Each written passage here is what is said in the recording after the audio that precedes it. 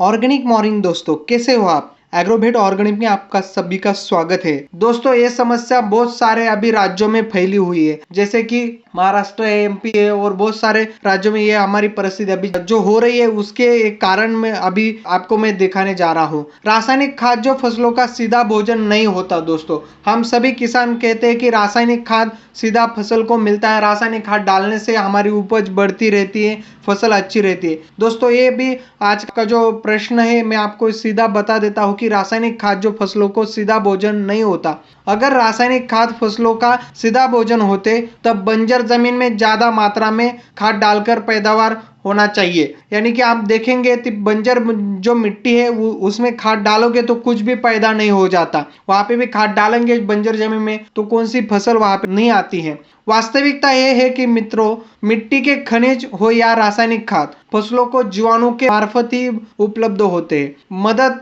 या मतलब ये सभी चीजों का आप समझ पाएंगे तो मिट्टी में उचित संख्या में जीवाणु का होना जरूरी है। मित्रों, मल्टीप्लायर जो है तो वो जीवाणु की संख्या तेजी से बढ़ाता है।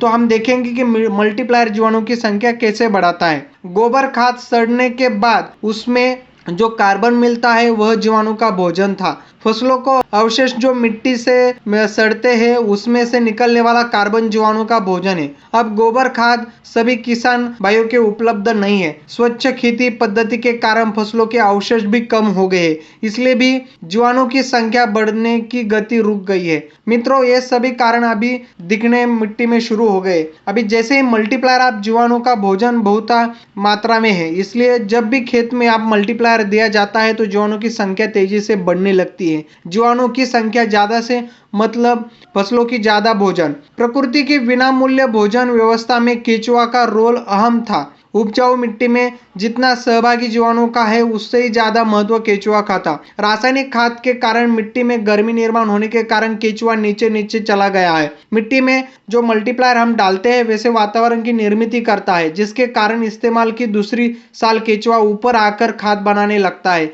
1 एकड़ क्षेत्र में साल भर में होने वाली मिट्टी में 120 टन तक केंचुआ खाद हर साल बनाना है। किसान भाइयों, अगर 120 टन केंचुआ खाद हर साल आपके 1 एकड़ क्षेत्र में बनने लगे तब आपको बाहर जाने की कोई जरूरत नहीं, 1 रुपया की खाद मिट्टी में डालने की जरूरत नहीं। परंतु जब तक मिट्टी में निर्माण हुई खराबी हम दूर नहीं करेंगे, केंचुआ से मिलने वाला बिना मूल्य खाद हमारे मिट्टी को जब तक नहीं मिलेगा तब तक ये सुधार नहीं आएगा। मल्टीप्लायर ऐसी एक चीज है मित्रों, मल्टीप्लायर मिट्टी में निर्माण हुई खराबी को दूर करने में सक्षम है। दुनिया का एकमात्र ऐसा प्रोडक्ट है जो इंडिया में पैदा हुआ है। इंडिया में 13 साल किसानों ने मिलकर इसको बनाया है। मल्टीप्लायर से आप बड़े हुए उत्पादन के साथ मिट्टी की सोने जैसी बना सकता है।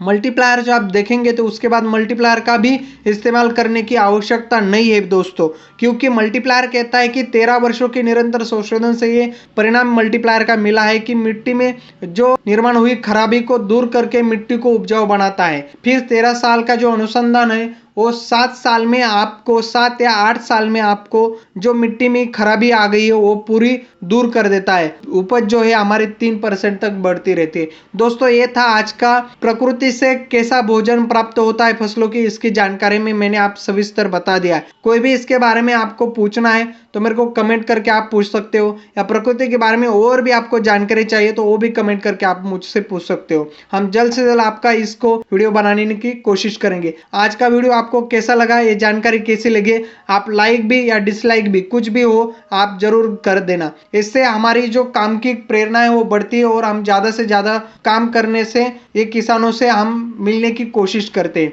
और अभी पहली बार आप चैनल पे आ रहे हो तो सब्सक्राइब और लाइक करके जाना, यही आप सभी की विनती है। धन्यवाद।